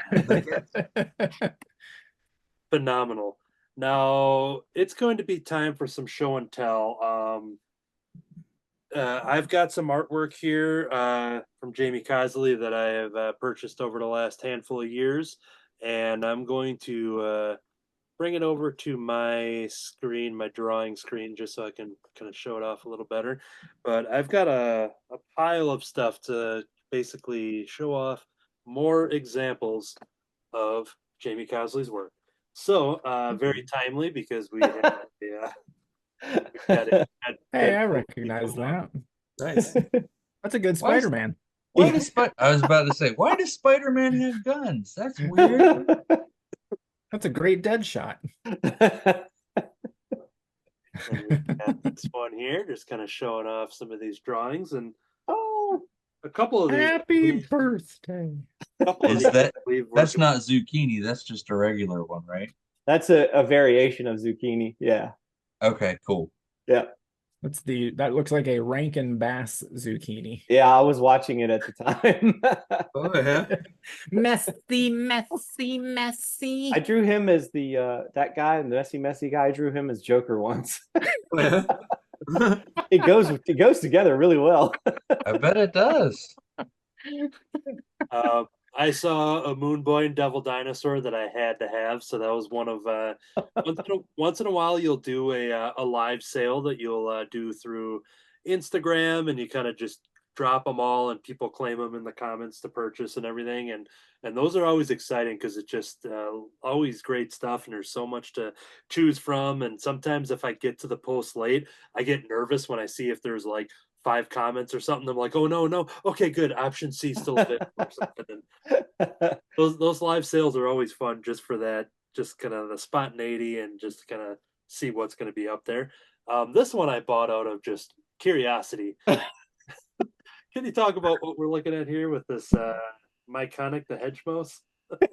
Well, one thing, if you ever want to, part of the algorithm thing with especially shorts is if you intentionally mislabel a character, the teenagers hone in on that, and they all want to correct you and tell you who the actual character is. Okay. Oh yeah. When you have 5 or 6 kids doing that, pretty soon it pushes that algorithm out there, because everybody's like, because I drew a turtle once and I called him Michael Nardo. and this kid, sure enough, this kid was like, oh dude, that's Leonardo. And then another kid, yeah, you got that wrong. And I'm like, oh guys, thanks, and I appreciate it. And we keep going, and it keeps pushing it, and it's so more and more people see it. So this was kind of like making fun of those Myconic the hedge mouse, just to try to get a rise out of some of these little kids that are always on YouTube Shorts. I was so confused when I saw this. I'm like, I have to have it. So. I like Weird. I don't get it. I need it. Sam Jackson's Nick Fury's Secret Invasion drawing there, and thought that was cool just to kind of see what you do with live action characters and bringing them in and just matching them with your style. And that one was a pretty nice one. And the last two I wanted to show off here are extra special because I mentioned your different styles, and you'll have your cartoony styles, but then you draw a lot of really great realistic stuff too. And two of those examples are things that I had to have in my collection. One of them being this one here, Christopher Reeve Superman, is just the idea of the colors around them. Can you kind of talk about what went into this creatively to kind of go with that color scheme there? Well, yeah, thank you. I really appreciate the support, especially when I do try something that's not exactly normal. But Christopher Reeves, of course, is just such an iconic. I mean, to me, he is Superman. I mean, I liked Henry Cavill, but nobody ever captured. I mean, it looked like when Christopher Reeves put the suit on, it looked like a Kurt Swan drawing come to life. Yeah. I mean, it was just like, wow, how did they find him? And so I wanted to, make it look like him, to try to capture, his facial expressions. But then I just thought, well, what if I just added some really fun colors to make it pop? And so a lot of that is just kind of just experimenting, just to see, and sometimes it doesn't turn out well, and I don't share those. Have you seen the pictures from the set of the new movie? Yeah. I love that they brought back the yellow emblem on the cape. Yep. So good. And they finally cool. brought back the spit curl, man. Yeah, I hope it's good. I've got high hopes for it. And I like James Gunn. I like his Scooby-Doo, and I like his Guardian. So I hope it's going to be good. I like that they're filming it in Ohio. I didn't know that. We barely have anything to be proud of here, but no, the Cincinnati has a museum center. It's the old train station, and it's actually what they based the Hall of Justice on. Oh, and they're using that as a filming location for the movie. Yeah. Oh, that's awesome. Cool. It's super cool. That is really neat. I got chills just thinking about that. Yeah, that'd be fun. And one more thing on the Christopher Reeve Superman, you're kind of talking about, the Kurt Swan drawing, and kind of like that's who you think of as Superman. And like, I remember watching that movie and just being like, it made me believe a man could fly. Too bad. That should have been like their tagline. Yeah. It's a little too late now to go back and do it, but maybe James Gunn, if you are watching, I think he subscribed last week for our hot dogs episode. If he's watching, feel free to use that. And maybe about a year after I purchased this one popped up on the feed, and I'm like, I have to get that really quick. And that is Wonder Woman here, Linda Carter Wonder Woman. Just once again, just kind of having the colors in the background there, and just it just right away I'm like, yep, I have the other one. And then that led to a little discussion of just being like, there seems to be something missing here. Yeah. I got a Superman, I got a Wonder Woman. So eventually I'm going to reach out and ask for a Captain Caveman to complete Booster Gold. Eventually that's going to happen. Well, that's cool. I'm glad you have those, and I really appreciate it. So, Jamie, I got a question for you. I didn't submit it to Fearless Leader Anthony beforehand, but as far as like comic covers and things like that, we like the little pro-am creators like us will reach out to people and that we're like fans of and say, would you do a cover? Would you ever consider doing a cover? And try to negotiate pricing so that we can actually afford to get them done and everything. As an artist, is there any books that you look at and you're like, I would love to do a cover for that one? Oh yeah. What would those bucket list covers be for you? Definitely, I would love to do a Teenage Mutant Ninja Turtle cover. I've just getting that when it came out in the 80s, and of course it was ultra violent, and nobody knew that it was going to be a an amazing franchise for kids. But I've always loved Kevin Eastman, and I would definitely love to do a Teenage Mutant Ninja Turtle cover, or the other bucket list item is Spider-Ham. Oh yeah. Yes. Hey, are you going to New York Comic Con this year? No. Okay, good. I rarely go. I rarely go to like I used to go like to Chicago, and Mhm. I just don't. I really don't like to travel. I don't like to be away from my family. So that's definitely one that Well, I the reason probably I won't ask get to. is they moved the date for Cincinnati Comic Expo this year, and stupidly, it's happening the same weekend as New York Comic Con.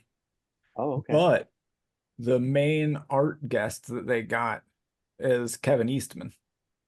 Oh, wow.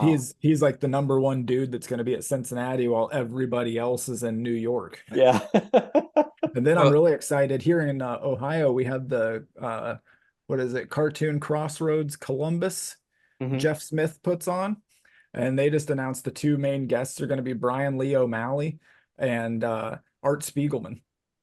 Oh, That's cool. dang. Yeah, so I'm like, That's we might crazy. have to go up to that one. I found the Alejandro cover, and he did Oh, a that's awesome, man. little tiny remark for me there. Little alley cat. That's cool. Yeah. That's great.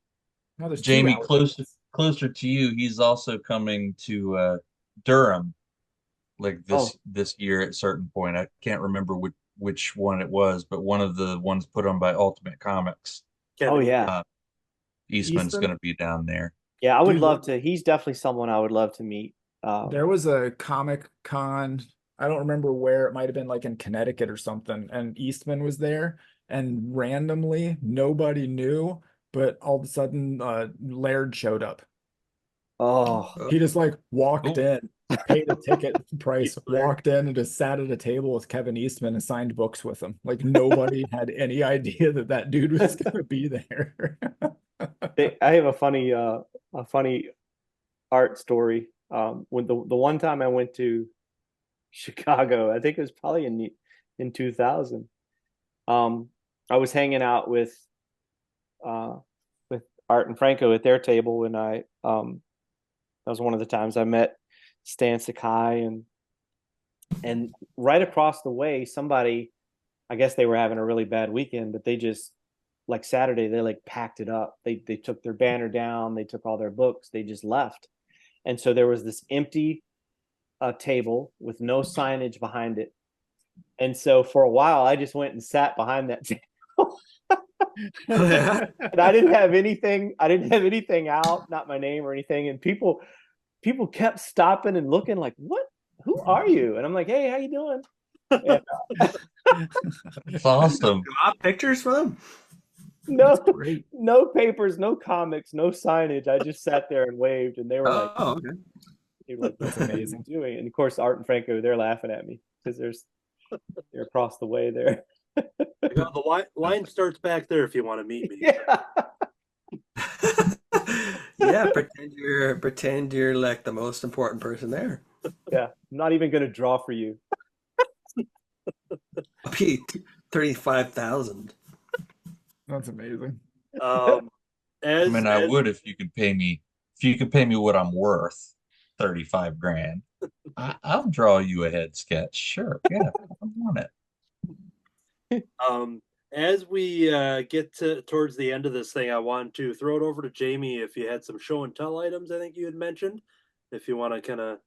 Yeah, I just I brought, but you guys were kind enough to have your copies, but I did bring Blue Scar with that I wanted to share. This is a on the back cover you see all four of the covers except for the actual original one, which was an orange cover that we sold out quicker than we were expecting. But Blue Scar is a passion project. It is something that is near and dear to my heart, and for those interested in getting that, I think if you love Samurai Jack and you love Star Wars and you love Gru the Wanderer, I think you'll dig it. and we are hard at work on issue 5, and it's all done. I don't think I've said this, but my brother and I, we paid for the printing, which was probably about, I don't know, 1,200. We sold 2 video games that we had in our collection. We had Bucky O'Hare from 1992 for the regular Nintendo. That sold for $750 on eBay, and we had Mr. Nuts for the Super Nintendo, and that sold for $750. Wow. And the reason is because our parents kept all of the boxes, all of the manuals, all of the ads. I mean, it was complete. Yeah. And one guy even, it was kind of like the Toy Story. I put it up on eBay. I went to lunch. I came back and I was like, "You got to be kidding me!" He said $750. I'm like, sold. I'm sending it tomorrow. So we took the money and we were able to print these copies. We only did 75, but we're hoping to keep on printing them and keep making them. Issue 5 should come out early next year, and it's my baby. So I hope people like it, and I hope they'll give it a try. And Awesome. Very cool. Very cool. Yep. Thank y'all. Thank y'all for having me, man. This has been a blast. Of course, yeah, it was a lot of fun, especially when you brought up that topic. If we want to do one kind of final round to show off the art, because D. Brad probably did another 12 characters since the last, maybe 13. Just finished the last one. That's all. Right. That's poor Hardy Har. Oh dear. Oh my. Yeah, Did he ever wear glasses? I don't know. I don't think so. Sunglasses. I'm thinking of a hyena character that wore sunglasses, but I don't know. It's possible. I'm not saying it never happened. I just Get it right next time. can't confirm it though. You're the expert. I'm going to jump in and kind of do after the show and just kind of do some more touch-ups on my Captain Caveman, but that's where I ended there. Love it. So Mel Blanc did the voice of Captain Caveman, and he did the voice of Hardy Har Har. Well, there we go. Mel Blanc did a lot. I'll do this after the show, but once again, the Beetle Bailey and the Great Kazoo, I'll have to do that one after the show there. And Troy, if you want to do another holdup of the one you did here for the end here, if you didn't sell it already. Oh, it's right there. Okay. I love that. Awesome. That's great. Jumbo sketch card.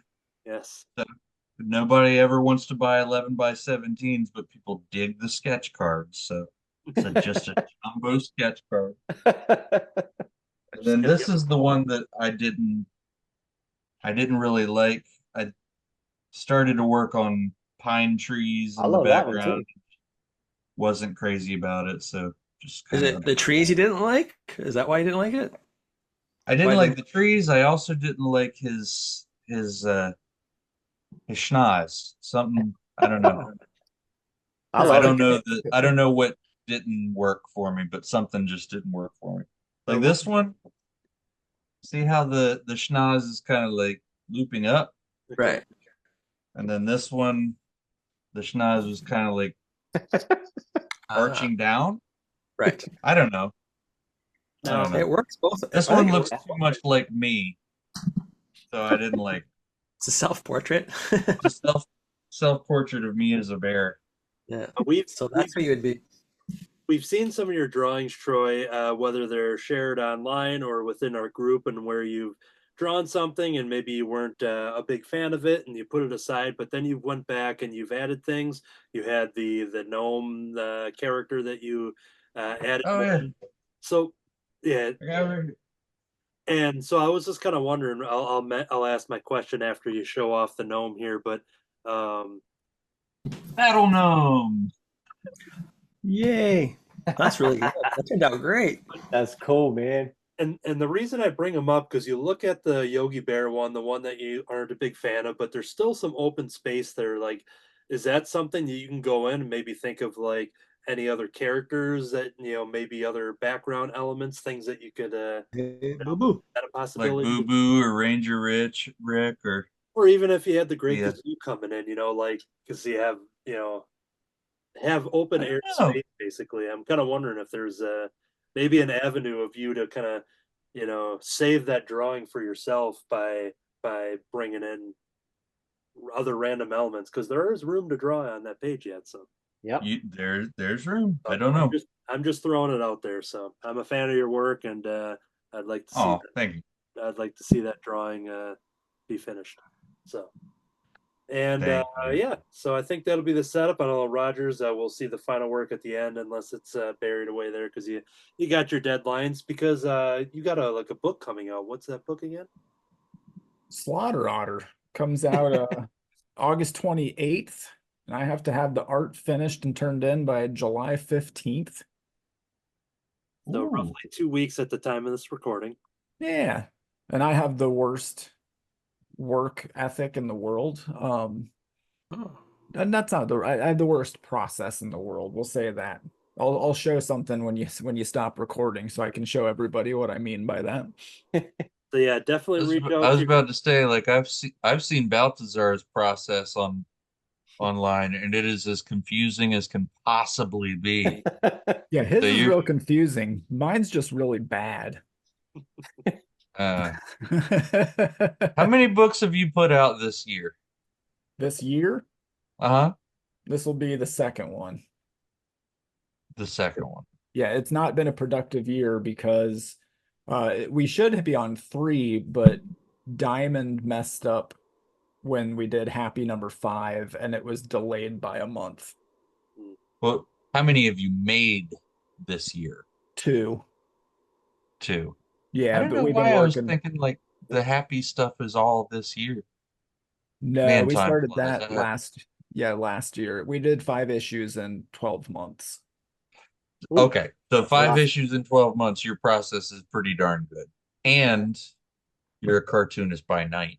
And I rather do than a everything full-time- art-wise. I pencil, ink, color, letter. Dang. Yeah, 5 in a year is Fike's freaking over there like, amazing. I wrote the script. I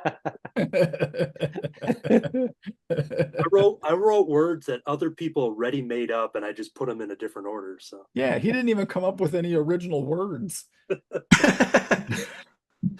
Oh, have to get there's back on the a phrase. There's a phrase in Blue Scar that I wanted to know the origin of. what's that? I know what you're gonna say. Uh-oh. Something Uh-oh. about it means oh my goodness. So You know what it is? I do. I told my kids, I said, I want this to be on a t-shirt. Yeah. And they were like, it doesn't make any sense.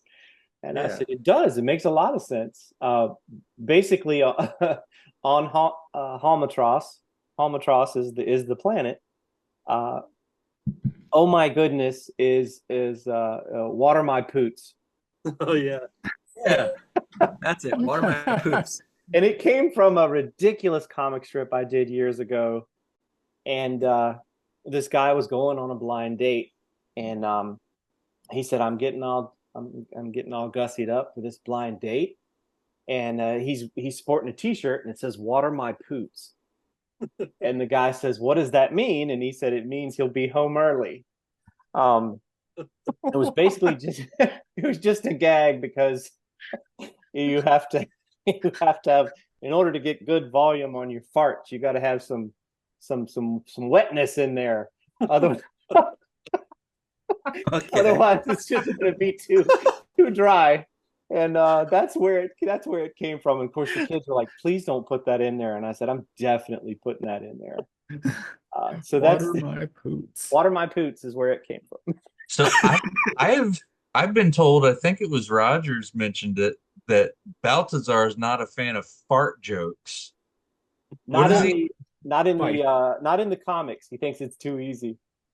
Is that what it is? Okay. Yeah, but see, me and Yambar, we loved them.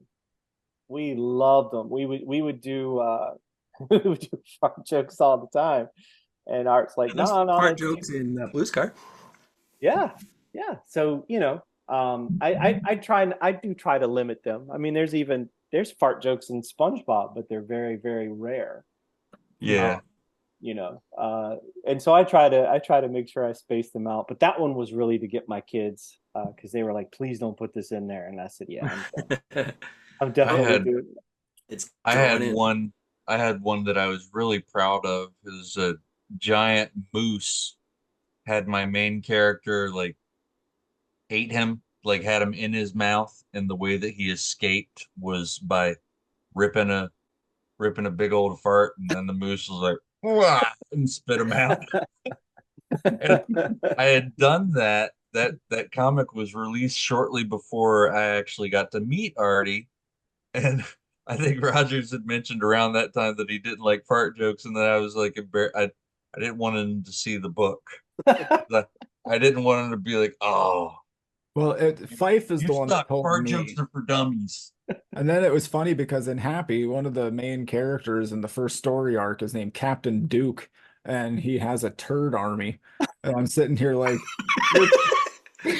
you're telling me that like one of your heroes doesn't like poop and fart jokes, but you're gonna make an entire story arc about turds? Yep. And then we got him to do a cover for it. And that may be why my 9-year-old likes Happy so much, because of all the fart jokes and Captain Well, Dukes and the crap factory and all that fun stuff. one of the best selling comic books of all times is Captain Underpants, and it's loaded with Yeah. loaded with potty humor. So Yeah. you need to know your audience. If there's one Yeah. takeaway from this episode, I hope people learn to space out your farts, and that's just what. Yeah, just space them out. Get them wet. So, so reach out to your local comic shop for Slaughter Otter coming out this August 2024. Your local comic Please. shop to get those pre-orders in. Reach out to keenspotshop.com, do all of that. And just because I happen to have it here, it's one of my new mini 11 by 17 drawings that I do. They're just the mini 11 by 17. So that's my Slaughter Otter there that I did recently. love it. Cool. Nice. I like all the jelly on it. There's like jelly dripping from it. That's nice. Yeah. Strawberry. Well, I did this at a convention, and I unfortunately I was eating breakfast over it, and it just worked, so I just left it. So Yes, that's what comics need, is more marmalade. Marmalade. Yes. So to wrap things up with Jamie, we've already talked about Blue Scar, the Barbarian, to reach out to you, and I'll have that information. Once again, it'll be on the screen here anytime we mention it, so people can write that down, go to the interwebs, and place an order for Blue Scar. Do you have any other local conventions or appearances? You had just made a big debut with this at the last con, but anything else? Yeah.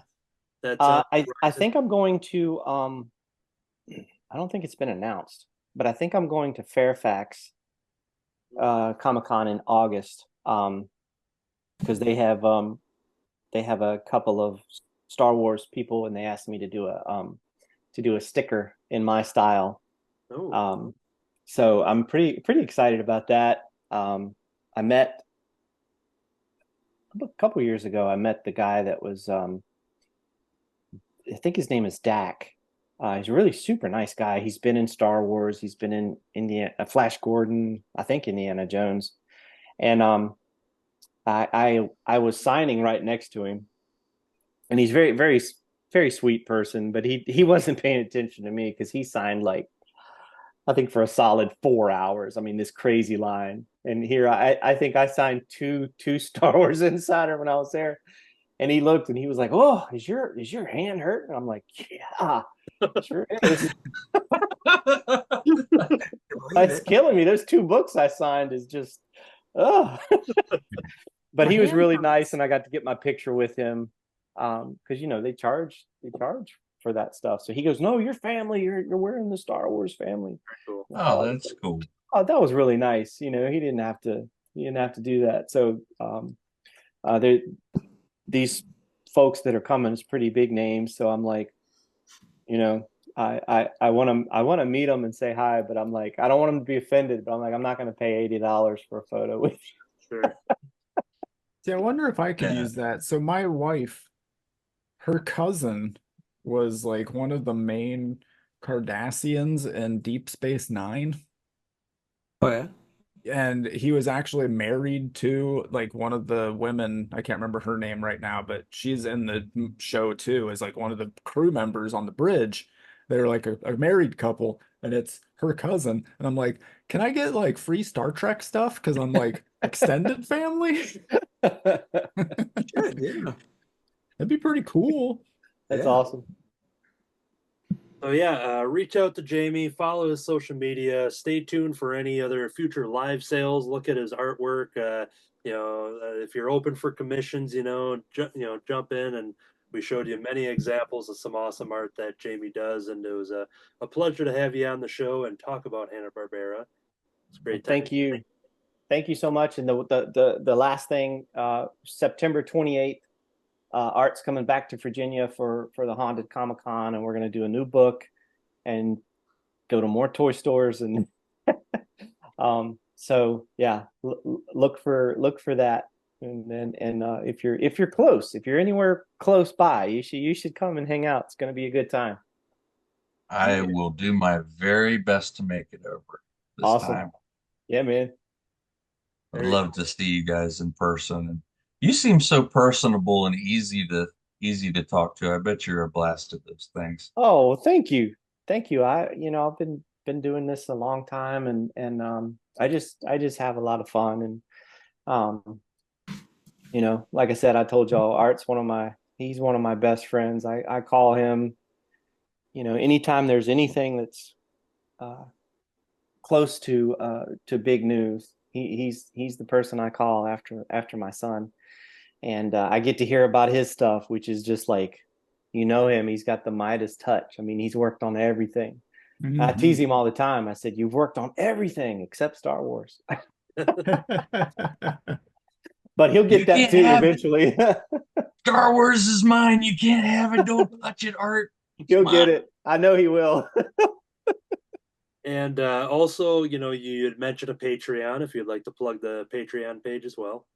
Oh, yes. It's patreon.com. It's just / Jamie Cosley. When I get into Blue Scar 5, you'll be the first to see pages. I think a $10 tier, you get an 8x10 sketch every month. Some people, they will save up and do like a big, like I've got this great friend / supporter, and he's saving up now to do a photorealistic pipicture of his cat. And so shout out to Keith if he's watching. So just having folks that would that would support you in that way, and then you can take that money and make stuff like books or t-shirts or whatever. I mean, it's very humbling. And we've got a great group, and they're gonna see all the Blue Scar secrets of issue 5. So I'm excited to start sharing those. Oh, excellent. So yes, check out Jamie Cosley over on Patreon as well as his YouTube page, because he has a lot of great videos, not only with tutorials but also with kind of show and tell behind the scenes, toy hunting. We've seen a lot of your collection. There's a lot of fun stuff happening over on your YouTube channel as well. Thank you. So yeah, that is going to do it. Cartoons. That is going to do it for another episode of Cartoonist by Night. And we end every single episode like we do with the very same similar phrase. And that is, you know what? I think the Ranger is going to like this, Yogi.